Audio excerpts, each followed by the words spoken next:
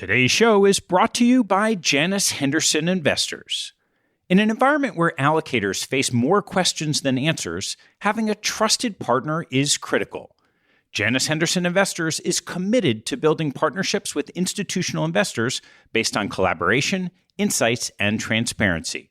With 26 offices and 350 investment professionals worldwide, Janus Henderson has the scale to offer a global perspective across equities, fixed income, and alternatives, and the depth to offer local expertise and support for clients. To learn more about partnering with Janus Henderson, visit janushenderson.com/institutional. Today's show is also brought to you by BipSync, the research management software for modern investors. BipSync works to define and accelerate your approach to manager selection, diligence, oversight, and analysis in one integrated research platform. They count as clients some of the largest fund of funds, endowments, foundations, pensions, and family offices, including some of the most prestigious past guests on the show. Think of BipSync as the operating system for all your research needs, supporting and enabling your investment process. Visit bipsync.com to book a demo and see what a modern cloud-based research solution can do for you.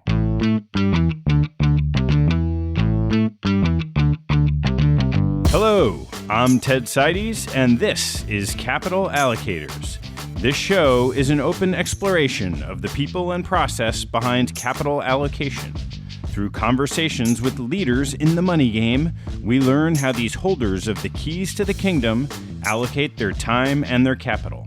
You can keep up to date by visiting capitalallocators.com. My guest on today's show is Paula Volent, the recently named Chief Investment Officer for Rockefeller University's $2.5 billion endowment.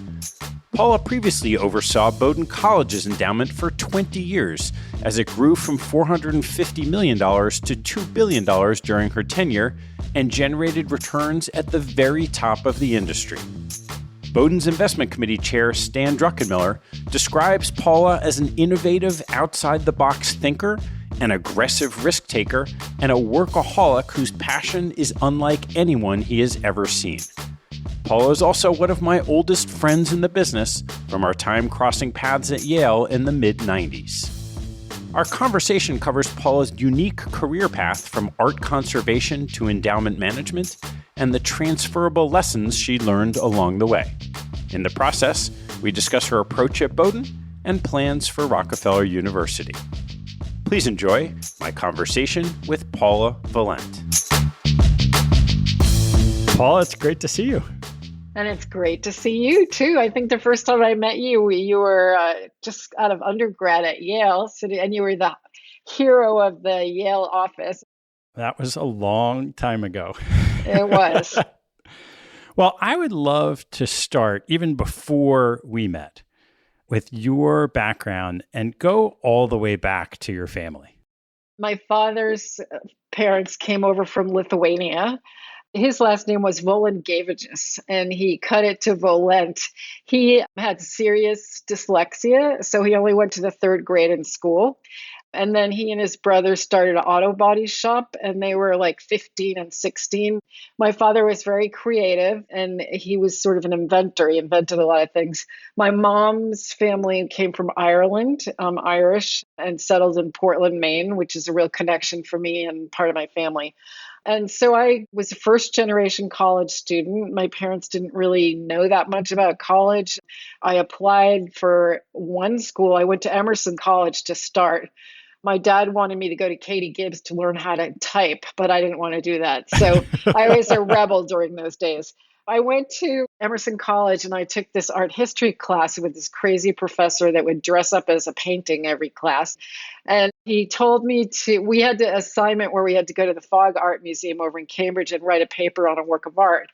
And I, by mistake, got up in the conservation lab and I was looking in, and this woman, Jerry Cohn, who's a famous paper conservator, was just about to dip a old master drawing into a bath of water. And I was looking in and she said, don't just stand there. Come on in if you're interested, and close the door. And so I didn't even know people did that. There are so many serendipitous moments that you have to take advantage. Had I not stood on that threshold, who knows, I would be a speech therapist or something. So I left Emerson. I waitressed for the summer, and then I went to University of New Hampshire, a state school, and I got in-state tuition and financial aid. I studied art history and chemistry. When I graduated, I had a job offer from Brown University and Bowdoin College to work as a curatorial assistant in their college museums. And I went to Bowden because that's where my family was. I was a curatorial assistant working on really interesting things. But I became more and more interested in art conservation. And so I got a master's degree in art history, and then I got a certificate, which is like a master's degree in chemistry as it applies to art and artifacts.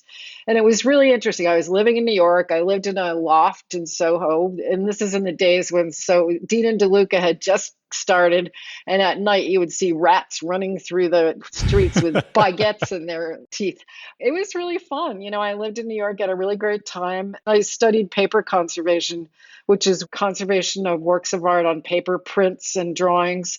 Doing conservation is like being a doctor. You can't really work on the work of art until you've studied with a bunch of people. So it was a 2-year program, and then you needed to do 2 years of internships. So I went to San Francisco to the Palace of the Legion of Fine Arts, and then I went to Los Angeles, the LA County Museum of Art, to do my internships. And I have to say I'm more of a Southern California person.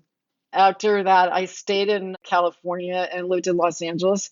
I worked in private practice working for collectors and museums, and I worked for a lot of contemporary artists. I worked for Ed Ruscha, Sam Francis, a lot of artists today. And we would do trades because they were broke and I was broken and they could never pay me. So that turned out to be sort of lucrative later on in life. I met my husband at the time, who was a prop master at film. And so then one day I was in my studio and this person came knocking on the door, and they were from Yale School of Management. And somehow they had heard about me. And I was really interested in business. I was taking business classes at night because I was running a company. I was there during the Northridge earthquake, and that was petrifying because I had priceless works of art in my studio, and I was hoping I had enough insurance if my studio collapsed. So I had taken classes at UCLA in business at night. And so the person from Yale came and said, did you ever think of getting an MBA? And I'm like, no, I didn't. But it stuck in my head. And so I'm like, whatever, I'll take the GREs and apply. So I applied to Yale, and I only applied to Yale because they had a lot for not-for-profit. I loved working for a mission. And even when I had my own private practice, I worked for a lot of not-for-profit small museums and helping them restore their collections. I got an early admission to Yale, but at the same time, I got a really prestigious fellowship at the National Gallery of Art in Washington. And it was to combine paper conservation and paintings conservation on contemporary art, and also to collect artist materials. So I told Yale I wasn't going to come, and they said the door is always open if you change your mind. Moved to Washington, D.C., worked there for about a year and a half. The endowment didn't do very well, I think, at that time. But anyway, so my project wasn't going to go anywhere.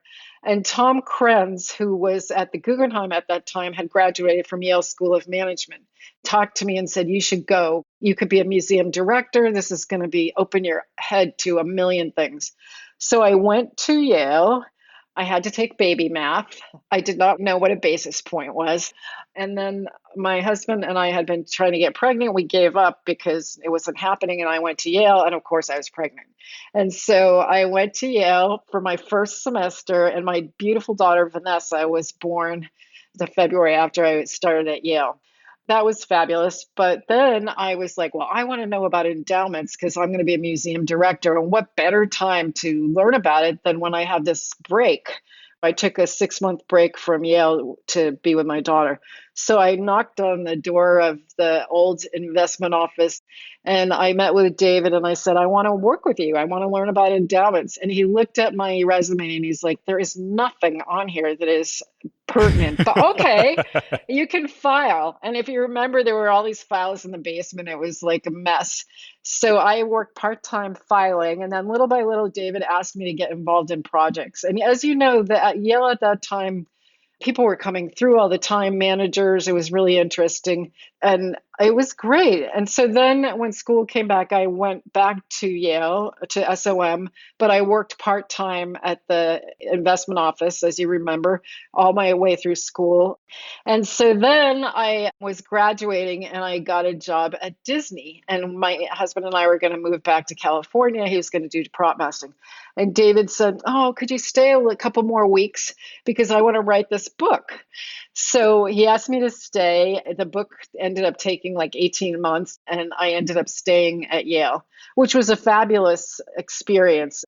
We were involved in issuing debt. We were traveling around to emerging markets and working on all different things. Yale was sort of a pioneer in going into alternative asset classes.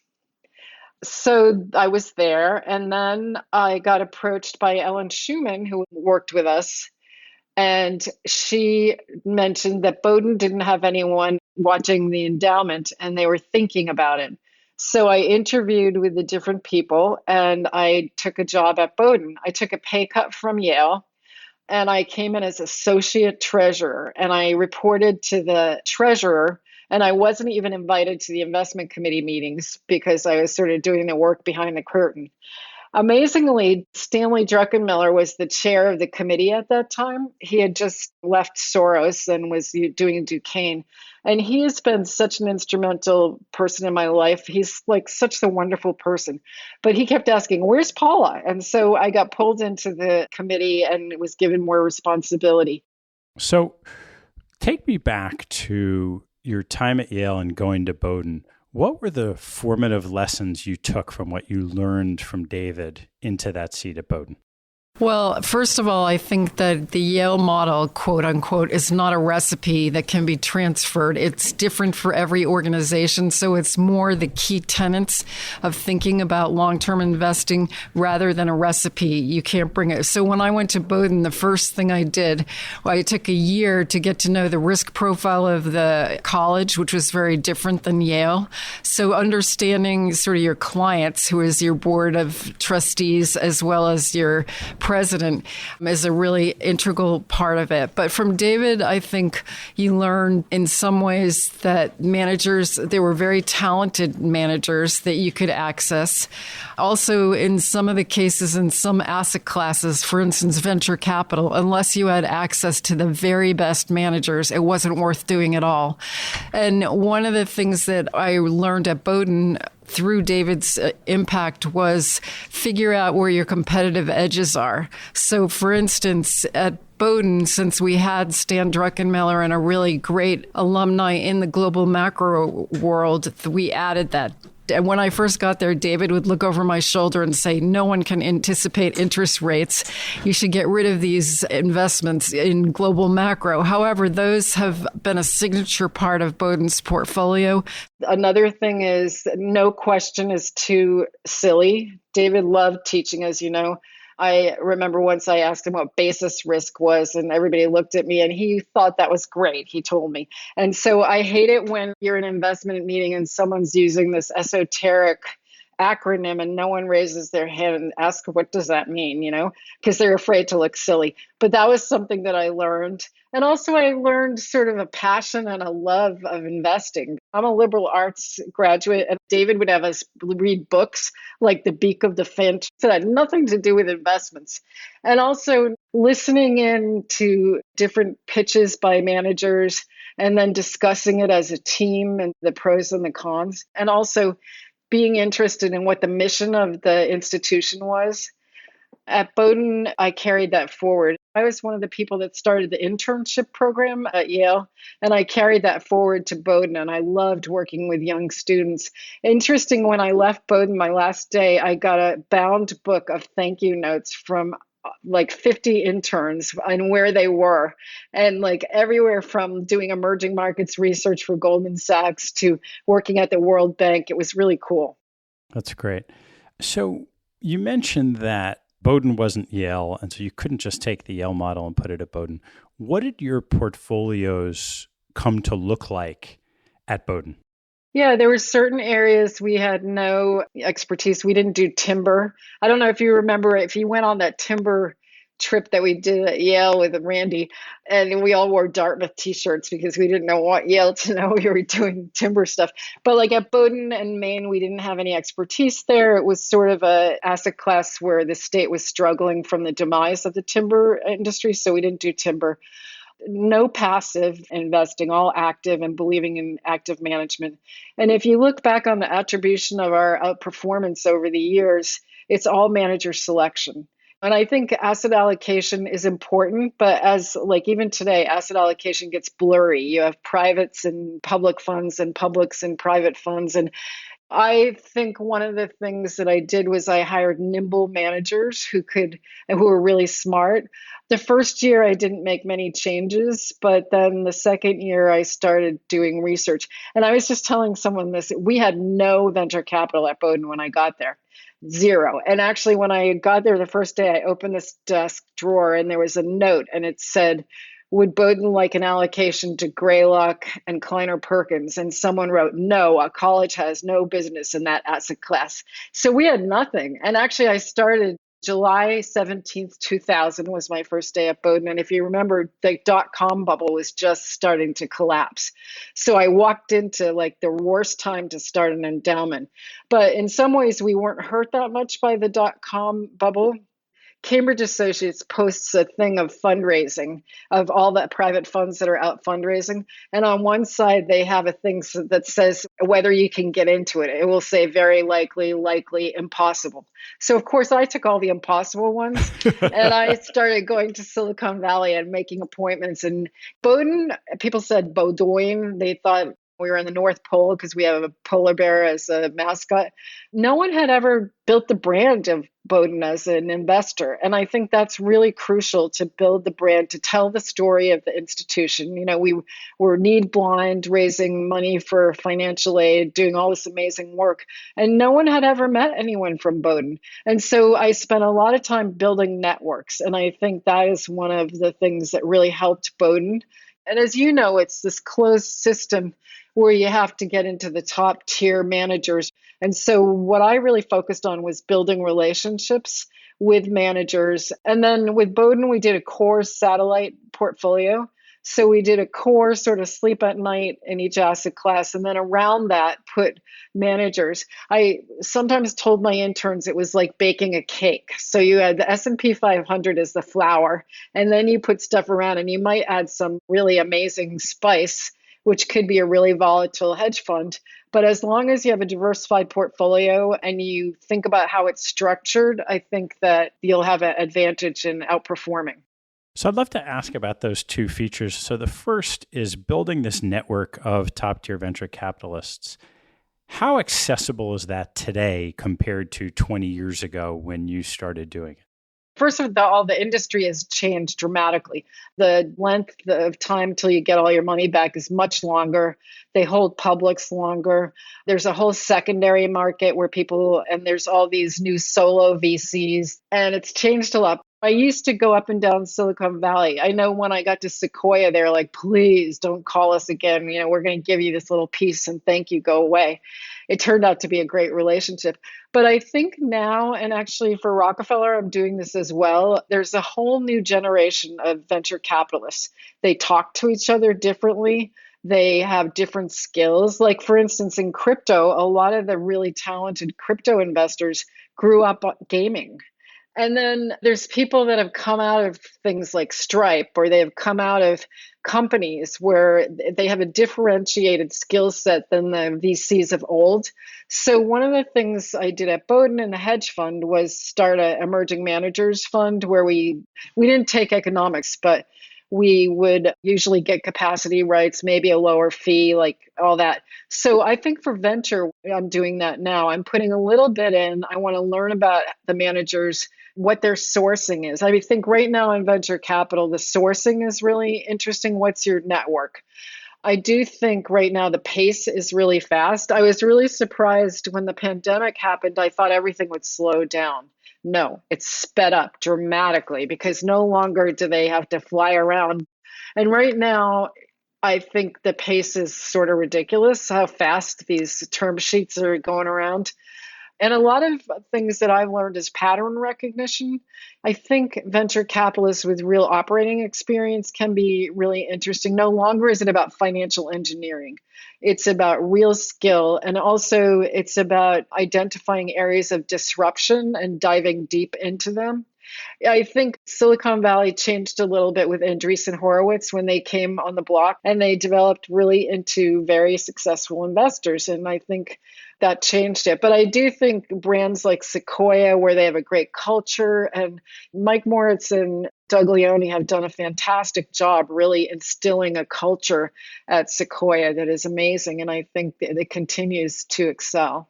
So as you try to flesh out a venture portfolio around the Sequoias of the world, there are so many of these managers. What have you found to be the distinguishing characteristics about the ones that you want to plant a small seed in?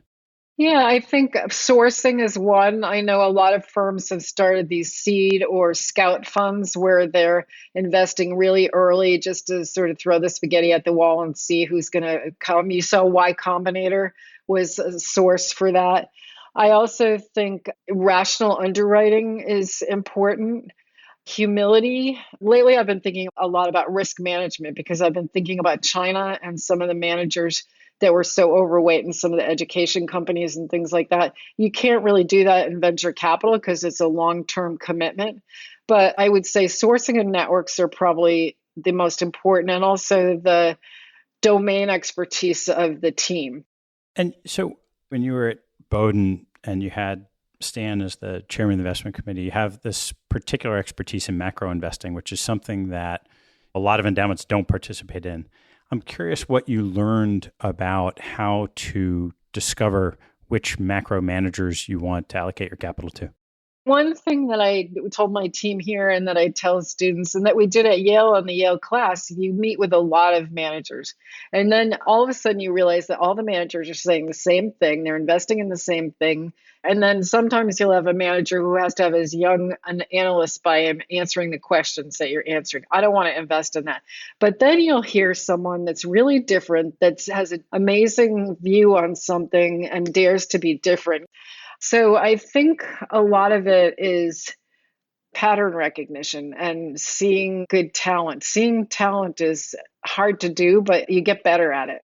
You got to Bowden and you're managing at the time, what was $450 million, and it grew to a few billion.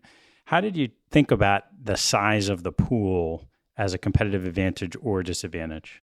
I think endowments, especially the size of Bowden, and I still think like 3 billion, 2 billion, 3 billion is still a competitive size. You can do small investments that make a difference. So I really like the venture capital firms that are raising 250, 350 million. Scale doesn't work in many asset classes. And so the ability to invest small amounts of money, but it will make a big impact on the bottom line is important. Of course, you have disadvantages in that you have to be very entrepreneurial in a smaller endowment. You have a smaller staff. You have to sort of be nimble and think across asset classes and all that. I think it's very exciting. I once talked to Jane Mandillo, and she said running a small endowment is like being an entrepreneur because you're doing many things. You also are interacting with the finance department. There's spending. There's all these things that you have to do. But I definitely think smaller size is an advantage.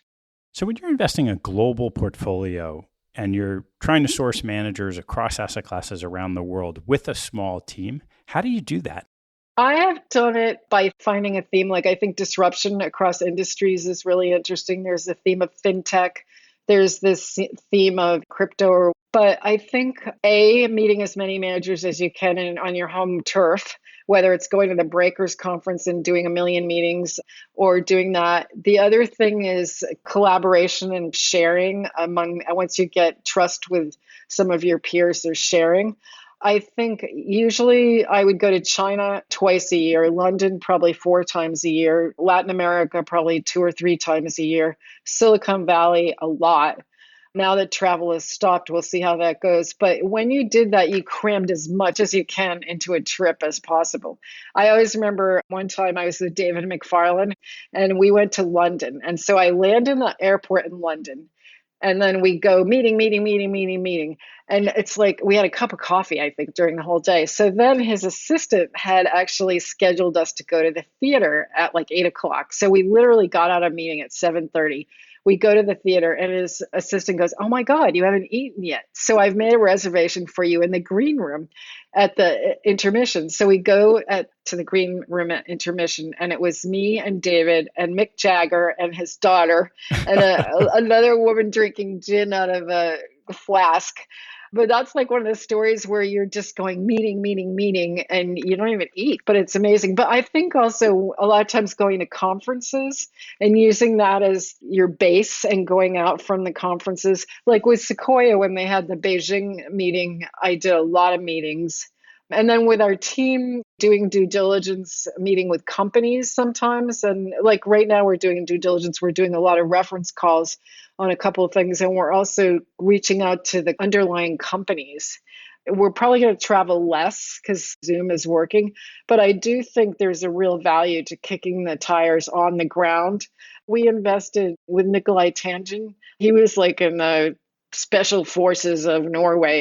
And he had this glass table because he would look at how people's reactions were, like the FBI. And you'd always go in there and you'd be nervous about what your reactions were going to tell them about you. But I do think it's important to see body language when you're meeting with a new team, especially. When you look back on these 20 years at Bowden, and before we'll move on to Rockefeller, what do you see as the biggest drivers of your success? I think partially my background in the liberal arts and art history. And I know it sounds really weird, but in my studio doing a priceless work of art, say I have a Rauschenberg transfer drawing, I'm going to repair a tear on it, or I'm going to take a stain out of it. I do so much work beforehand because this is a one-of-a-kind piece of work. I have to do testing under the microscope, this and that and this, and then I come up with a plan. And I also come up with a plan if something happens, how I'm going to save myself.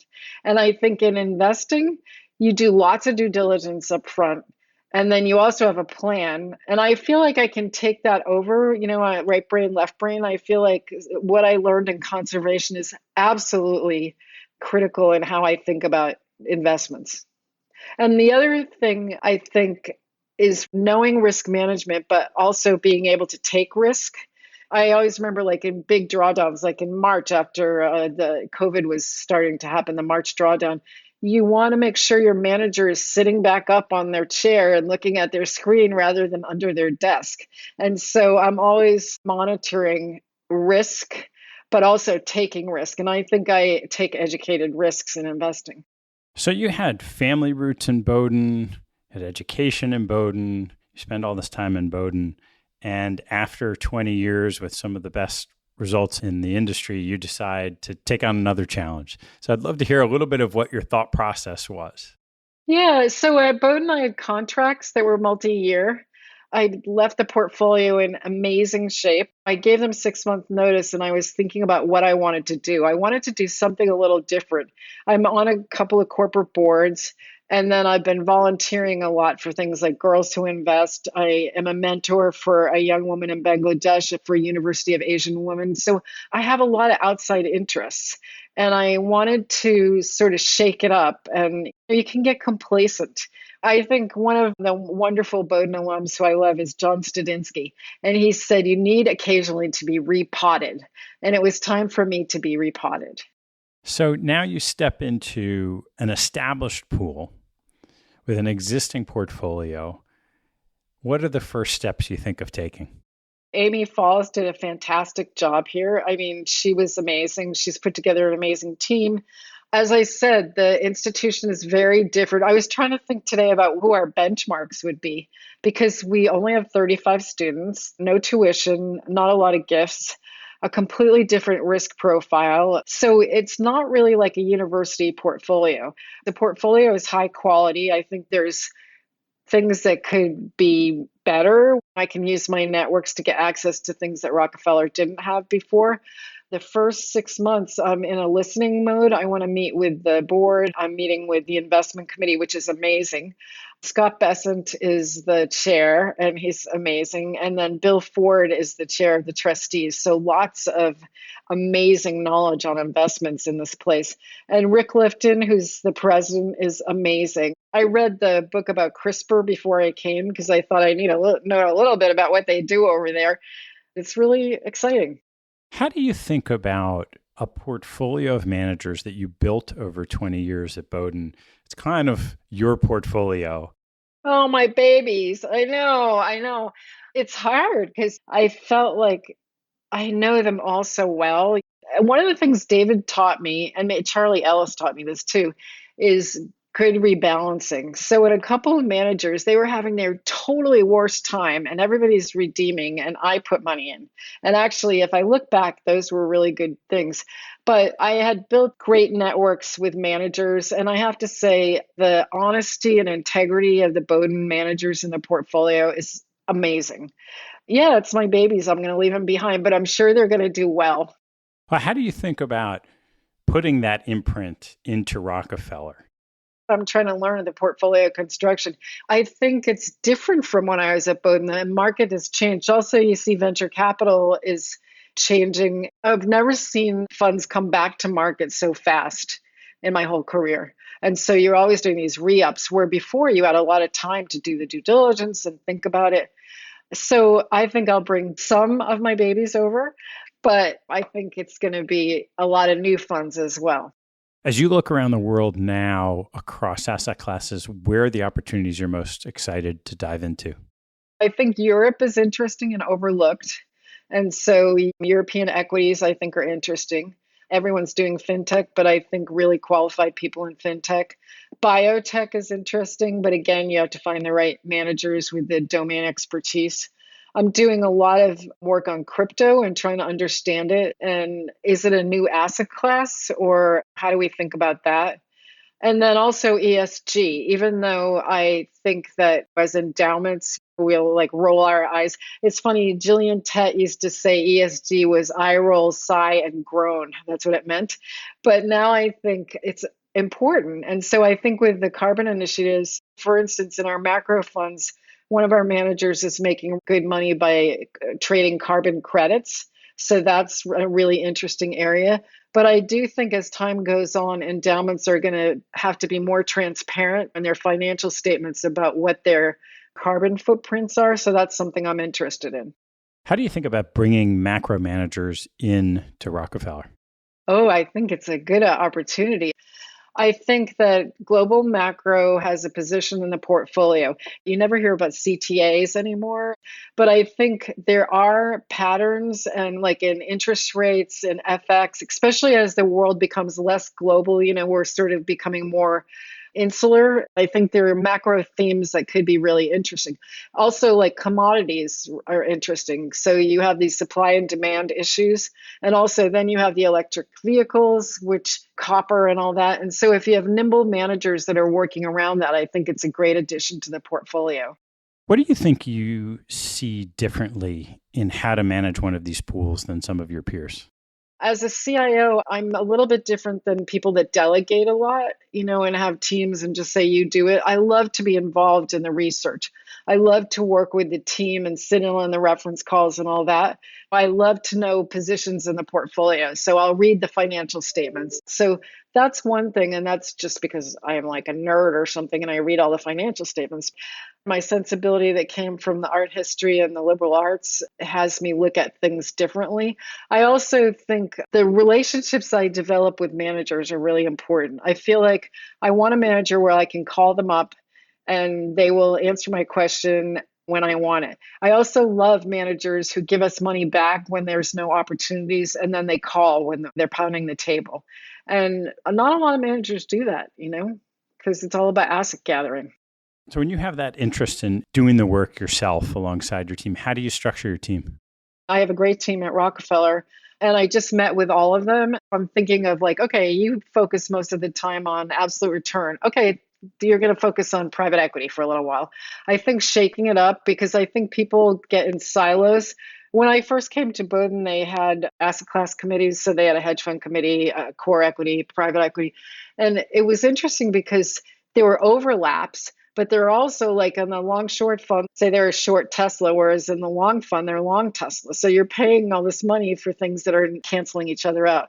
So for the team, I love people that are curious, good writers. I think writing is important because we need to convey our information to a board and an investment committee.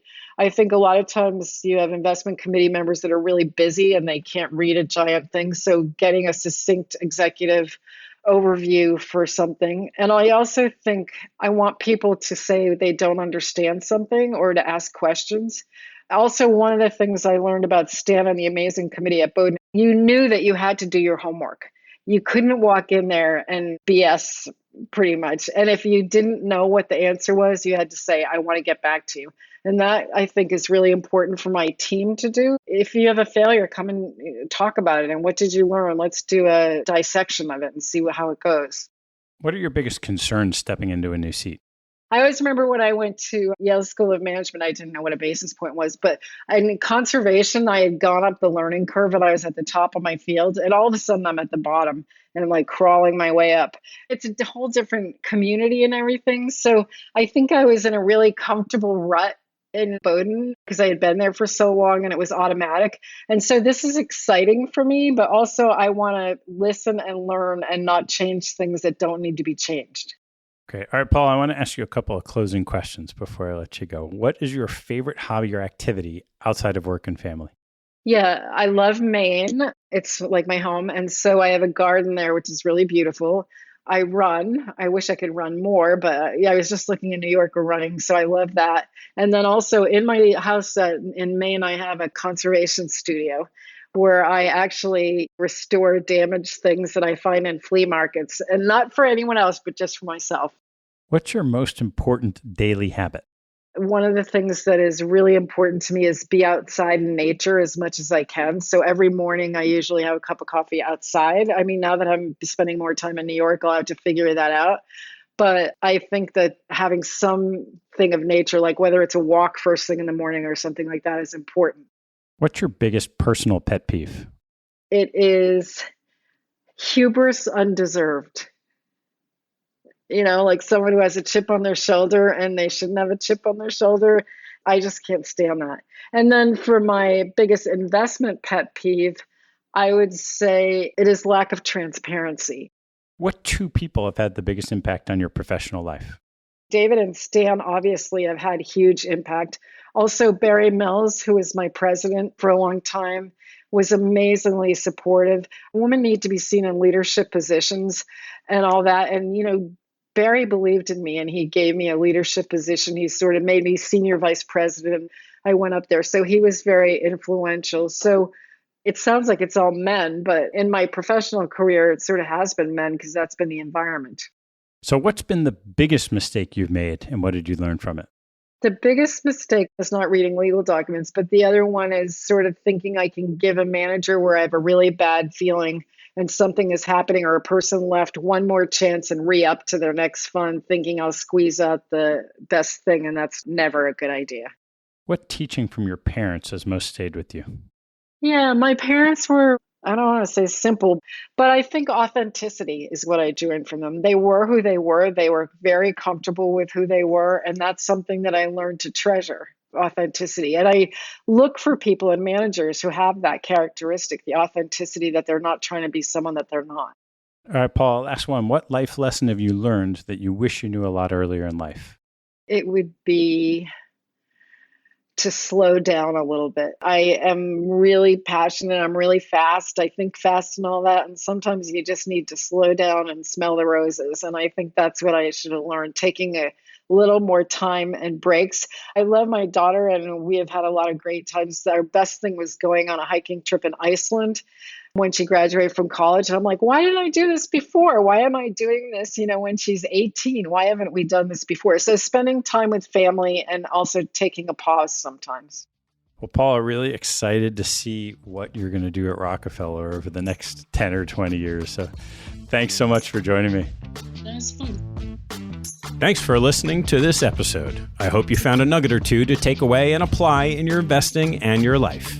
If you'd like what you heard, please tell a friend and maybe even write a review on iTunes. You'll help others discover the show, and I thank you for it. Have a good one, and see you next time.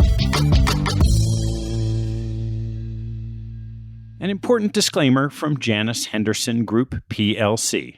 Investing involves risk, including the possible loss of principal and fluctuation of value.